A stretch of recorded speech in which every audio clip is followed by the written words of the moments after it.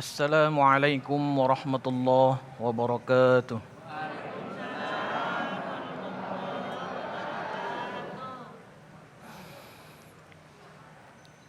أعوذ بالله من الشيطان الرجيم.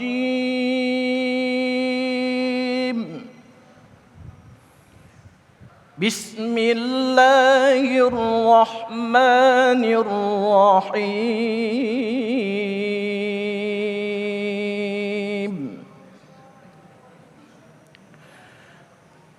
ومن يفعل ذلك عدوانا وظلما فسوف نصليه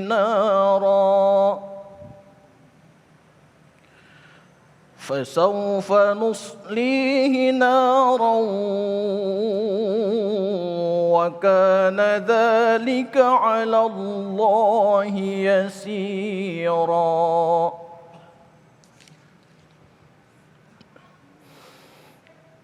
إن تجتنبوا كبائر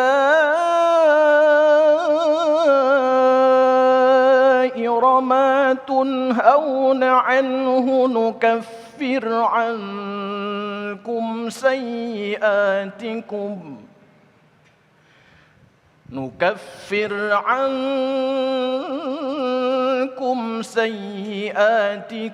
وندخلكم مدخلا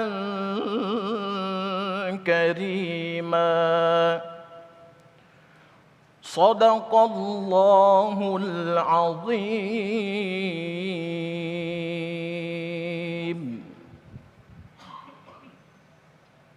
Assalamualaikum warahmatullahi wabarakatuh. Assalamualaikum warahmatullahi wabarakatuh. Alhamdulillahirabbil alamin hamdan yu'afi ni'amahu wa yukafi mazidah wa lakal hamdu wa lakal syukru ya rabbana lakal hamdu kama yanbaghi li jalali wajhika wa azimi sultanik. Allahumma salli ala sayyidina Muhammad wa ala ali sayyidina Muhammad. Segala puji bagi Allah. Pemirsa, kita kembali dikumpulkan dalam Majelis Ilmu Damai Indonesiaku. Alhamdulillah pada kesempatan hari ini kita berkesempatan bersiaran dari Masjid Baitul Hidayah Harapan Baru Bekasi Utara, Kota Bekasi, Jawa Barat. Tema yang akan kita angkat pada kesempatan siang hari ini yaitu tema yang mungkin sering kita jumpai ketika orang ingin menuruti hawa nafsunya, ingin meraih kepentingannya, dirinya menghalalkan segala cara tanpa mempedulikan siapa yang buruk, tanpa mempedulikan halal haram. Inilah tema yang akan kita angkat pada kesempatan siang hari ini, yaitu menghalalkan segala cara untuk memperoleh kepentingan diri sendiri. Dan pemirsa, di segmen satu ini alhamdulillah nanti kita akan mendengarkan tausiah bersama-sama yang sudah hadir, Ustadz Fikri Haikal dan juga Ustadz Syahdan. Di segmen satu, Ustadz Syahdan sudah siap dengan subtema yaitu pentingnya mengetahui halal haram dalam memperoleh sesuatu. Selamat mengikuti. Assalamualaikum warahmatullahi wabarakatuh.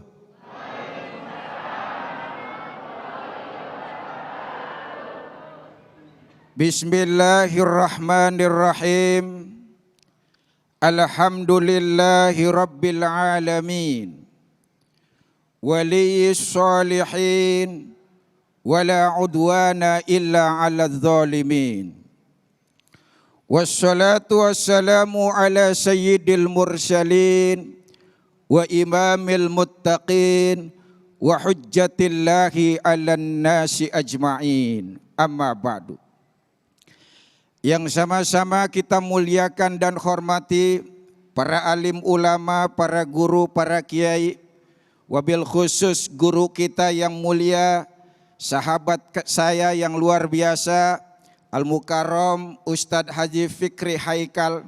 Tidak lupa host kita yang ganteng Ustadz Sofyan, ibu bapak jamaah Masjid Baitul Hidayah, dan para pemirsa TV One Damai Indonesiaku di mana saja Anda berada. Ibu bapak, gaya hidup yang halal adalah merupakan kebiasaan yang hanya bisa dilakukan oleh orang-orang yang sukses dunia dan akhiratnya. Karenanya kebahagiaan, kenikmatan yang diperoleh dengan cara yang halal itu seperti singgasana bagi seorang raja. Kesuksesan, keberhasilan yang diraih dengan cara halal seperti laksana pelaminan bagi sepasang pengantin. Karenanya kita diingatkan oleh Allah dalam surat Al-Baqarah ayat 168, Allah berfirman, A'udzu billahi minasyaitonir rajim. Ya ayyuhan nasu kulu mimma fil ardi halalan thayyiba wa la tattabi'u khutuwatis syaitan innahu lakum aduwwum mubin. Wahai para manusia, makanlah apa-apa yang di muka bumi ini yang baik-baik dan yang halal saja. Dan jangan ikuti langkah setan, sesungguhnya ia bagi kalian adalah musuh yang nyata. Saudara, ibu, bapak yang dimuliakan oleh Allah Subhanahu wa taala. Makan di sini para ulama mengatakan bukan hanya sebatas pada makanan dan minuman saja. Tapi dalam pengertian yang seluas-luasnya. Dalam persoalan materi, rezeki, kekuasaan, jabatan dan lain sebagainya. Bagi kita orang yang beriman harus kita raih dengan cara yang halal. Insya. Tetapi saudara, Bapak Ibu yang dimuliakan oleh Allah Subhanahu wa taala. Kita telah diingatkan oleh Rasulullah lebih dari 1400 tahun yang lalu beliau mengatakan, la ya'tiyanna 'alan nas jamanun la yubalil mar'u bima akhadzal mala amin halalin amin haramin. Nanti akan datang pada suatu masa di mana orang-orang dalam meraih kekayaannya, dalam mencari hartanya, sudah tidak memperdulikan lagi mana halal, mana haram. Kira-kira kalau kita cek zaman kita udah terbukti apa terbukti, Bu? Sudah sangat nampak sekali. Karena rakus kekayaan, ambisi jabatan, orang menghalalkan segala cara. Jalan pintas dipakai, bypass potong kompas. Mau jabatan, rela KKN, suap menyuap, serangan pajar. Ingin sukses bahagia, dia rela sampai lari ke dukun, lari ke paranormal hebat, ngumpet di tempat-tempat keramat demi untuk meraih kebahagiaan dan kesuksesan. Allah Karim. Bapak Ibu yang dimuliakan oleh Allah Subhanahu wa taala. Agama kita menegaskan dan menggariskan al-ghayatu la tubarrirul wasilah. Untuk meraih kepentingan, untuk mencapai tujuan, tidak boleh sedikit pun kita menghalalkan segala cara. Wallahu a'lam bishawab. Masya Allah, luar biasa sekali muqaddimah yang disampaikan oleh Ustadz Syahdan tadi. Betapa kita ketika kita meraih sesuatu, meraih kepentingan dengan cara-cara yang halal, insya Allah keberkahan yang akan kita dapatkan.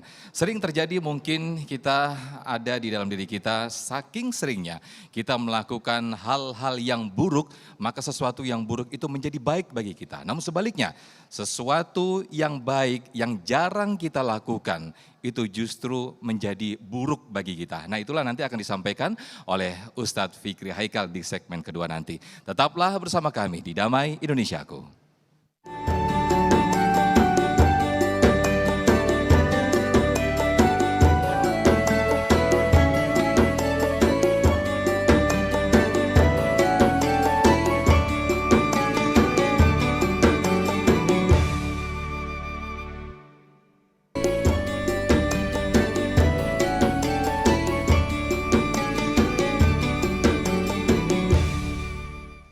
Baik, pemirsa, Anda kembali di Damai Indonesiaku di segmen kedua tadi. Seperti yang saya sampaikan, Ustadz Fikri Haikal akan menyampaikan betapa fenomena banyaknya orang menghalalkan segala cara untuk meraih sesuatu, untuk meraih nafsunya.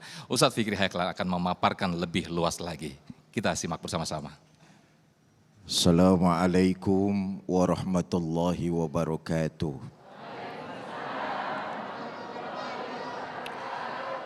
Alhamdulillahi wa kafa, salatu wassalamu ala sayyidina Muhammadinil Mustafa wa ala alihi wa sahbihi ahli sidqi wal wafa, amma ba'du. Yang mulia para ulama, para kiai, para asatiz dan asatizah, wabil khusus guru kita Ustadz Sahdan. Yang saya hormati DKM Masjid Baitul Hidayah Bekasi, ibu bapak saudara-saudara kaum muslimin yang saya cintai. Allah menganugerahkan kita manusia ini dengan naluri untuk mengambil manfaat dan menghindari mudarat. Kita juga diajarkan dengan satu doa, Allahumma arinal haqqa haqqa warzuqna tibaa. Ya Allah, tunjukkan, kuatkan kepada diri saya untuk mengikuti yang hak adalah hak. Kuatkan diri saya untuk berjalan yang hak ya hak. Wa arinal batila batila warzuqna tinaba. Tunjukkanlah kepada saya ya Allah yang batil dan berilah kekuatan untuk menghindari hal-hal yang batil. Kita diajarkan doa ini, kita baca doa ini dengan harapan Allah memberikan petunjuk yang hak dan yang batil. Lalu Allah memberikan kekuatan kepada kita untuk mengikuti yang hak dan menjauhkan yang batil. Sekarang persoalannya, banyak yang batil dibungkus pakai hak. Ini ribet nih urusan nih. Banyak yang batil dibungkus jadi hak. Yang memang hak dianggap remeng-remeng. Nih sekarang nih. Contoh gampangnya begini nih. Dulu orang kalau pacaran, jangankan berpelukan, megang tangan aja udah dianggap tabu. Betul apa enggak tuh? Dulu, dulu,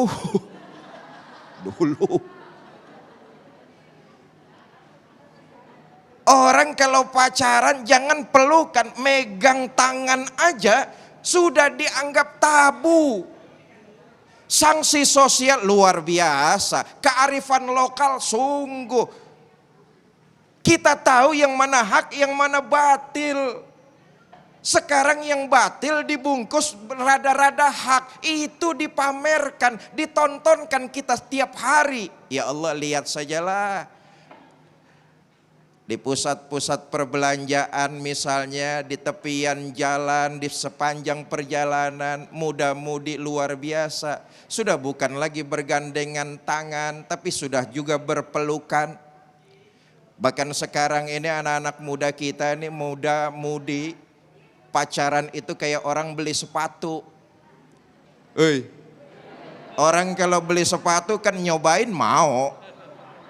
Beli mah belum tentu. Iya, kalau sepatu dicobain nggak ada bekasnya, betul apa enggak?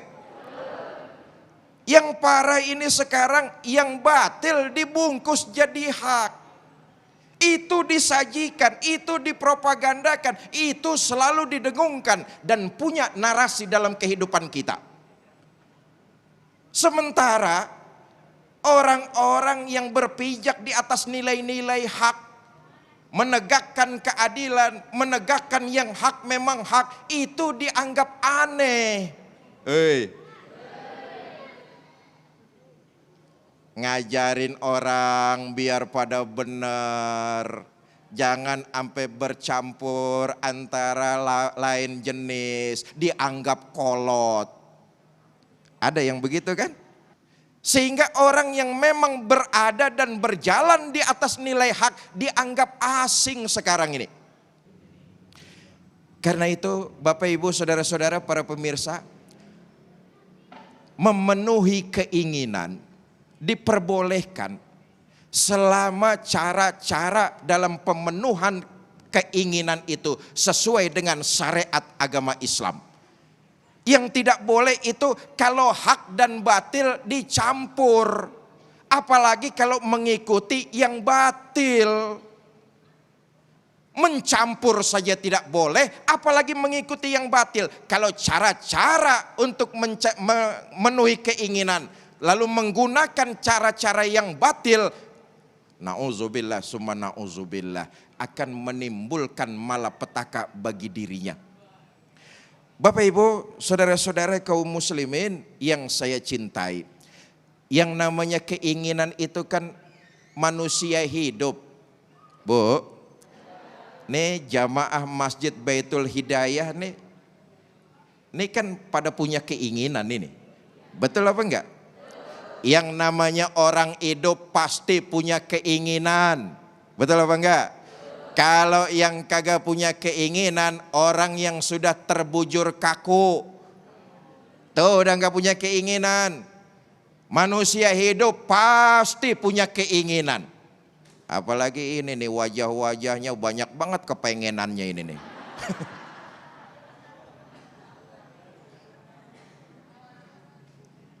Begini, keinginan orang hidup pasti kagak terbatas. Tapi ketahui dan sadarilah kemampuan kita pasti terbatas. Keinginan boleh saja. Bahkan kita capai keinginan itu agama nyuruh. Tapi harus dengan cara-cara yang sesuai dengan syariat agama. Jangan menggunakan cara-cara yang batil. Tadi Ustaz Sahrul sudah ngasih tahu pengen naik jabatan. Lalu jilat atas, injek bawah, sikut kiri kanan. Ini cara-cara yang batil. Dan anehnya ini dijadikan koalisi. Biasanya kan umumnya begitu tuh.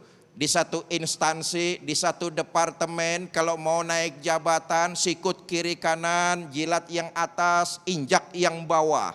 Ini cara-cara yang hak. Ketahuilah ketika jabatan sudah tercapai dengan syarat cara-cara seperti itu, jabatannya tidak akan membawa keberkahan. Kalau menghasilkan harta, hartanya pun tidak akan membawa keberkahan. Yang namanya keberkahan saudara, kebaikan makin terus bertambah dan berkepanjangan. Wallahu a'lam bishawab.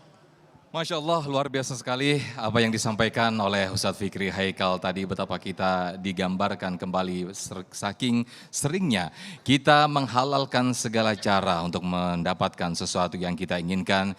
Kita membungkus kebatilan itu dengan sesuatu yang hak, kita menyamarkan kebatilan itu dengan sesuatu yang hak. Lantas mungkin pertanyaan yang terjadi di antara kita, lalu bagaimana Ustadz ketika kita tidak bisa meraih itu? Kalau tidak, kita tidak menggunakan segala cara, kita tidak bisa meraih hal-hal yang kita inginkan. Nah, ini saya yakin menjadikan pertanyaan atau diskusi yang sangat menarik di segmen berikut ini. Tetaplah di Damai Indonesiaku.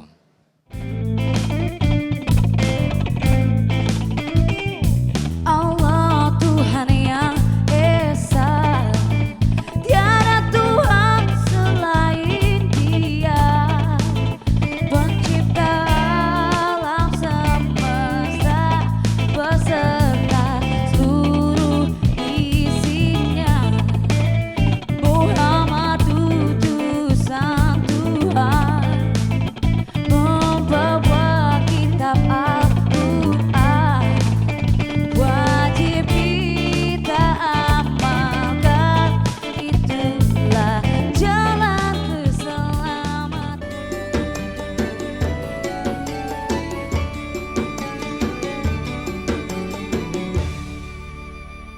Baik pemirsa, setelah kita tadi mendapatkan tausiah dan juga mukadimah dari dua guru-guru kita tadi, Ustadz Syahdan dan juga Ustadz Fikri Haikal, tentang tema besar kita, menghalalkan segala cara untuk meraih keinginan kita atau meraih nafsu-nafsu kita. Saya yakin masih banyak sekali pertanyaan-pertanyaan yang sudah disiapkan oleh para jamaah di sini.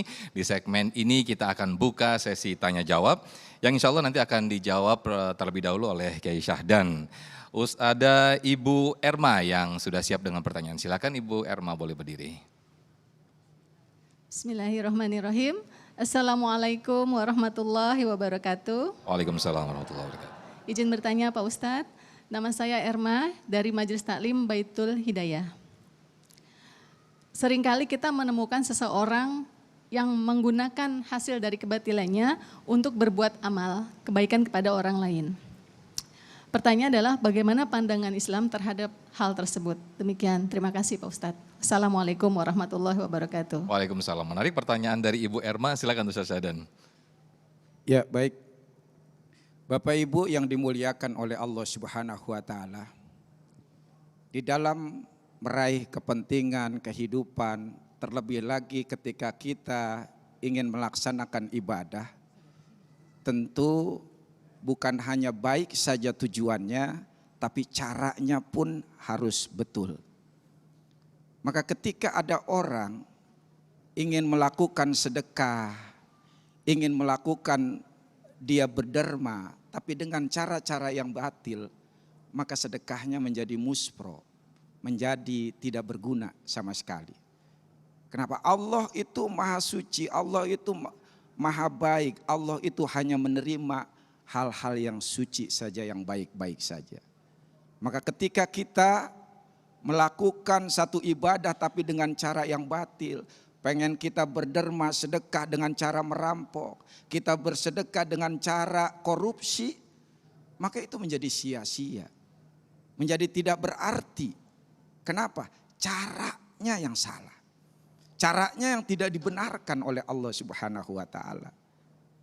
Maka kalau kita ingin diterima, ingin ibadah kita benar-benar baik dan diridhoi oleh Allah, jalannya pun harus baik, caranya pun harus baik. Kecuali dalam kondisi darurat. Ada hal-hal yang boleh kita melanggar kalau kondisi darurat, atau kalau ada dalil yang menunjukkan kebolehan. Contoh, berdusta, berbohong, kan tidak boleh. Kita tidak boleh melakukan dusta. Bahkan Rasulullah Shallallahu Alaihi Wasallam pernah ditanya, apakah ada seorang mukmin yang pengecut ya Rasul? Ada. Dia mukmin beriman tapi pengecut ada. Kemudian ditanya lagi, apakah ada seorang mukmin yang bakhil ya Rasulullah? Ada juga. Dia ngaku Islam, beriman, tapi bakhil. Banyak. Lalu ditanya oleh Rasulullah, apakah ada orang mukmin yang berdusta ya Rasul? Tidak ada. Tidak ada orang yang mukmin berdusta. Tetapi ada dusta yang dibolehkan. Nah ini dia. Kapan itu? Ketika terjadi peperangan. Kapan itu? Ketika mendamaikan orang. Ada orang jiwanya terancam. Ngelihat Mas Sofyan enggak? Bawa golok dianya. Diunjukin, oh lagi ngumpet di bawah gentong. Gitu. Ketika kita tahu jiwa teman tetangga kita terancam, kita boleh berbohong. Kemudian antara hubungan suami istri. Suami boleh berbohong untuk menambah keharmonisan dan kelanggengan, boleh.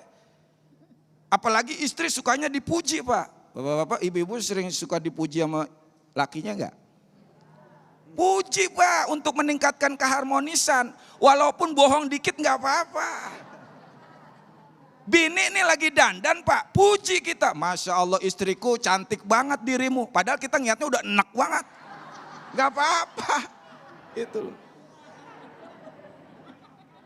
Tetapi di luar itu apapun yang kita lakukan dengan cara batil, dengan cara yang tidak halal, walaupun untuk kebaikan, walaupun tujuannya baik, itu tidak berharga, tidak berguna dan tidak dibolehkan di dalam Islam. Kira-kira begitu Mas. Baik, mungkin Ustadz Fikri Haikal bisa menambahkan bagaimana Ustadz dengan ada anggapan yang seperti ini. Habis kalau saya tidak melakukan atau menghalalkan segala cara, saya begitu-begitu aja jabatan saya. Nasib saya begitu-gitu aja karena sudah ada buktinya. Orang yang lempeng-lempeng aja ya udah keblangsak begitu-gitu aja. Ini bagaimana dengan anggapan seperti ini Ustadz Fikri?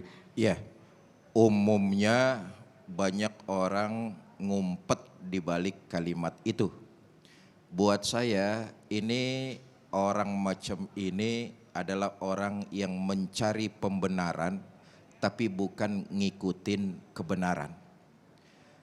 Banyak orang bisa bersilat lidah, nyari-nyari alasan, cari-cari pembenaran, tapi bukan ngikutin kebenaran. Kalau ngikutin kebenaran, yang hak jelas, yang batil jelas. Kalau gua kagak ikut-ikut ngejilat, kalau gua kagak ikut-ikut sikut kiri kanan, merangsek, ya posisi gua tetap aja jadi obek melulu umpama. Ini omongan yang mencari-cari pembenaran.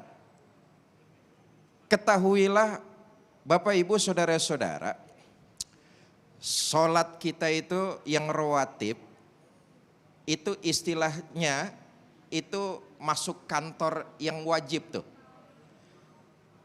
Maghrib, Isya, Subuh, Zohor, Asar. Itu masuk kantor yang aktif dari Senin sampai Jumat tuh. Tapi di luar itu ada sholat-sholat sunnah. Apa itu? Sholat tahajud. Itu kita ngetuk langit tuh. Memohon kepada Allah. Allah akan berikan apa yang kita inginkan. Kalau memang kita kerjanya sesuai dengan kemampuan, jujur, rajin, ulet, lalu tidak menyampur antara hak dan batil, kita lakukan sholat-sholat sunnah untuk mengetuk aras, insya Allah kok banyak kasusnya, banyak peristiwanya. Orang yang jujur, orang yang tidak mencampurkan hak dengan batil, karirnya tetap melesat, dagangannya tetap laris, jadi pengusaha besar. Bahkan bukan cuma itu, Nabi kita, Nabi besar Muhammad Sallallahu Alaihi Wasallam itu contoh kompleks buat kita tuh. Beliau siddiq, orang yang menjaga kepercayaan. Kerjanya jujur, ulet, rajin. Tapi beliau jadi saudagar luar biasa. Saudagar yang berhasil, yang kaya. Kenapa? Tidak mencampur yang hak dengan yang batil. Jadi saya kembali sekali lagi, kalau ada orang yang berkata, kalau mau jalur biasa aja mah rasa-rasanya saya tetap aja karir di sini-sini juga. Mendingan saya ikut yang lain lah, menghalalkan segala cara. Yang penting tujuan tercapai. Ini cari pembenaran, bukan mengikuti kebenaran. Karena itu semua kita hendaknya bertekad untuk ikut kebenaran, bukan malah cari-cari pembenaran. Wallahualam. Amin. Baik, saya kembali ke para jamaah. Ada Ibu Eva yang sudah siap dengan pertanyaan. Silakan Ibu Eva, boleh berdiri. Assalamualaikum warahmatullahi wabarakatuh. Waalaikumsalam warahmatullahi wabarakatuh. Pertanyaan dari saya Pak Ustadz, berdosakah kita apabila kita tidak mengetahui mana yang hak dan mana yang batil, tapi kita ikut merasakannya, misalnya makanan dan minuman yang kita beli dari luar, atau uang belanja yang diberikan oleh suami. Kita tidak tahu apakah itu uang suap, uang sogokan, atau uang apa, tapi kita ikut merasakannya dan menikmatinya. Itu saja, terima kasih. Assalamualaikum warahmatullahi wabarakatuh. Waalaikumsalam warahmatullahi wabarakatuh. Menarik sekali pertanyaan dari Ibu Eva. Ustadz Syahdan nanti bisa menjawabnya. Tapi di segmen berikut Ustadz, kita akan jeda terlebih dahulu. Tetaplah di Damai Indonesiaku.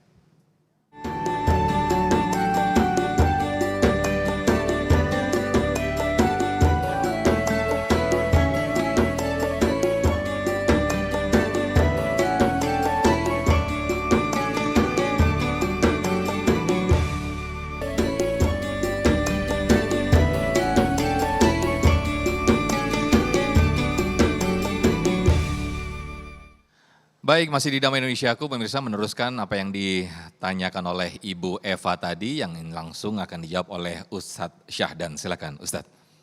Ya, Ibu Eva yang dimuliakan oleh Allah Subhanahu wa Ta'ala. Tadi Ustadz Fikri telah menyebutkan bahwa yang halal jelas, yang haram jelas. Hal ini sebagaimana hadis riwayat Imam Bukhari Muslim dari Abdullah Nu'man bin Bashir, beliau pernah mendengar Rasulullah Sallallahu Alaihi Wasallam pernah bersabda, Innal halala bayyinun wa innal harama bayyinun. Wa bainahuma umurun mustashbihatun. La ya'lamuhunna katsirum minan nas. Halal itu jelas, haram itu jelas. Di tengah-tengahnya ada perkara yang syubhat, yang samar-samar, yang banyak orang tidak mengetahuinya. Siapa orang yang menghindari perkara syubhat, maka dia telah menyelamatkan agama dan kehormatannya. Tetapi ketika dia terjerumus ke dalam perkara syubhat, maka dia bisa tergelincir dalam perkara yang haram. Bapak Ibu yang dimuliakan oleh Allah Subhanahu wa taala. Sekarang bagaimana kasusnya terjadi ketika suami membawa harta, dia nggak tahu si istri apakah halal atau haram. Kalau benar-benar bukan kelalaiannya itu tidak mengapa. Tapi kalau emang tidak peduli, karena dia kelalaiannya nggak mau tahu, bodoh amat urusan suami nyari nafkah dari manapun dapatnya, yang penting gua kenyang, aman gitu. Harusnya istri menjadi benteng terakhir akidah, menjadi benteng terakhir bagaimana menyelamatkan keluarga. Suami gajinya 3 juta, tahu-tahu pulang bawa uang 100 juta. Tanya dulu. Langsung aja ke mall. Lagi panas dingin langsung seger. Tanya Bu. Karena ibu yang bisa menyelamatkan benteng terakhir dari hak atau batil, halal atau haram. Apa yang dicari oleh suami ibu. Dari mana nih Mas uang banyak begini? Sudah ambil aja. Enggak Mas, dari mana Mas? Sudah cerewet amat sih kamu. Pakai aja. Enggak Mas. Aku enggak mau anak kita yang masih lugu dan polos ini Mas, diempanin, dikasih harta yang haram. Aku enggak sudi Mas. Waduh keren banget tuh bini kayak gini nih. Masih ada enggak begini nih? Allahu Akbar. Jadi kira-kira begitu, kita harus peduli, kita harus waspada, harus kita cek and recheck. Kalau bukan karena kelalaian kita, kalau bukan karena ketidaksengajaan kita, tidak mengapa. Tapi karena kalau kelalaian kita, kalau ketidakloran kita, ini yang dilarang oleh agama. Kira-kira begitu. Baik, baik. Jadi bukan enggak mas tapi masuk tas ya. Baik, saya kembali kepada jamaah yang sudah siap dengan pertanyaannya. Nanti insya Allah akan dijawab oleh Ustadz Fikri Haikal. Ibu Nasuha, silakan Ibu Nasuha. Boleh berdiri. Baik, yang mana Ibu Nasuha? Baik, boleh diturunkan Mas. Oke sudah, silakan Ibu Nasuha. Bismillahirrahmanirrahim. Assalamualaikum warahmatullahi wabarakatuh. Waalaikumsalam warahmatullahi wabarakatuh. Perkenalkan, saya Ibu Nasuha dari Majelis Ta'lim Nurul Iman Bulak Perwira 2. Di sini saya akan bertanya tentang bagaimana seharusnya sebagai muslimah memposisikan diri kita agar tidak mudah terjerumus dan menyulitkan dan menyusahkan kepentingan umat. Mungkin hanya itu saja yang dapat saya tanyakan. Wassalamualaikum warahmatullahi wabarakatuh. Waalaikumsalam warahmatullahi wabarakatuh. Silakan Ustadz Fikri Haikal. Ibu Nasuha. Betul Ustadz. Dari Majelis Taklim Nurul Iman ya. Baik, bagaimana caranya supaya kita jadi seorang muslimah yang tidak merepotkan atau membebani umat? Tentu tidak lain dan tidak bukan bermanfaatlah buat diri sendiri kalau dia masih belum punya suami. Seorang muslimat kalau dia belum bersuami maka paling tidak bermanfaatlah buat dirinya sendiri. Mengerti dan menuruti serta mentaati apa yang digarisbawahi oleh ibu bapaknya. Itu muslimat yang belum punya suami, belum punya keluarga. Tetapi kalau dia sudah berkeluarga, jadilah istri yang soleha. Tadi sudah dikatakan oleh Ustadz Sahrul. Di antara ciri-ciri istri soleha bermanfaat, selain bermanfaat buat diri, buat pribadi dan keluarganya. Ciri istri soleha itu dia nggak gampang percaya dengan apa yang dibawa oleh suami pulang ke rumah. Termasuk soal seleri, termasuk soal uang, termasuk soal harta. Ditanya, Itulah cirinya muslimah yang bermanfaat. Kalau dia jadi istri, istri yang bermanfaat. Dia tanya, "Mas, uang kamu kok ada kurangnya? Biasanya kan gajinya 3 juta, ini kok kurang 2 juta, yang 1 juta kemana?" Hati-hati. Hati-hati.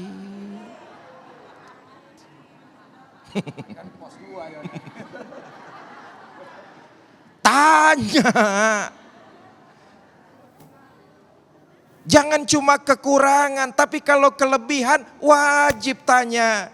Sekali lagi jangan ada unsur keteledoran, apalagi lebih. "Mas, gajimu kok lebih bener ini, berkali-kali lipat. Biasanya sampai ke saya 3 juta, ini kok bahkan ada 100 juta. Dari mana ini, Mas?" Tanya. Tentu cara nanyanya pun tanya yang baik-baik. Nah, itu yang bermanfaat tuh seorang muslimah. Seorang istri yang soleha, kalau dia nanya suami, nanyanya juga baik-baik. Bu, nih kan kadang-kadang enggak, para istri nanya sama suami enggak pasang muka yang baik, masangnya muka kukusan. Jadi tanyalah yang baik, itu paling tidak bermanfaat buat diri, bermanfaat buat anak, dan itu salah satu ciri istri yang soleha. Wallah. Amin, amin. Masya Allah, luar biasa sekali pembahasan kita pada siang hari ini menarik sekali hingga tidak terasa kita sudah di penghujung acara. Kita berharap mudah-mudahan kita semua diteguhkan hati kita oleh Allah Subhanahu wa taala, tetap teguh dalam rambu-rambu Allah, rambu-rambu syariat Allah, sehingga apa yang kita capai, apa yang kita raih benar-benar berdasarkan halalan thayyiban dan juga keberkahan, bukan sebaliknya menghalalkan segala cara untuk meraih kepentingan diri kita sendiri. Insya Allah nanti di akhir acara kita akan berdoa bersama-sama, insya Allah yang akan dipimpin oleh Ustadz Fikri Haikal. Saya Muhammad Sofyan pamit undur diri, mewakili kru yang bertugas. Wassalamualaikum warahmatullahi wabarakatuh. Astaghfirullahaladzim, astaghfirullahaladzim, astaghfirullahaladzim. A'udzu billahi minasyaitonir rajim. Bismillahirrahmanirrahim. Alhamdulillahi rabbil alamin. Allahumma shalli wa sallim wa barik ala sayyidina Muhammad wa ala alihi wa sahbihi ajmain. Allahumma arhamna fa innaka khairur rahimin. Allahumma ansurna fa innaka khairun nasirin. Allahumma ighfir lana fa innaka khairul ghafirin. Allahumma aftah lana fa innaka khairul fatihin. Allahumma rzuqna fa innaka khairur raziqin. Birahmatika ya arhamar rahimin. Rabbi ighfir lana wa liwalidina warhamhuma kama rabbayana saghira, wa li jami'il muslimina wal muslimat wal mu'minina wal mu'minat al-ahya'i minhum wal amwat. Wa sallallahu ala sayyidina Muhammad wa ala alihi wa sahbihi wa salam. Wa akhiru da'wana anil hamdulillahi rabbil alamin. Saya Fikri Haikal bersama dengan Ustadz Sahrul. Terima kasih atas segala perhatian. Mohon maaf atas segala kekurangan. Wallahul muwafiq ila aqwamit thoriq. Assalamualaikum warahmatullahi wabarakatuh.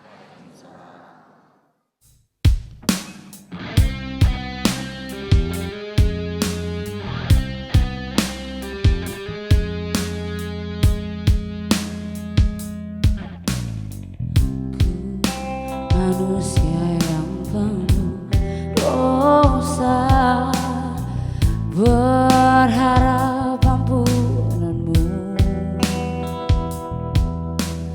Lahat langit kesempurnaan hadirmu. Kau cinta pertama dalam hidup.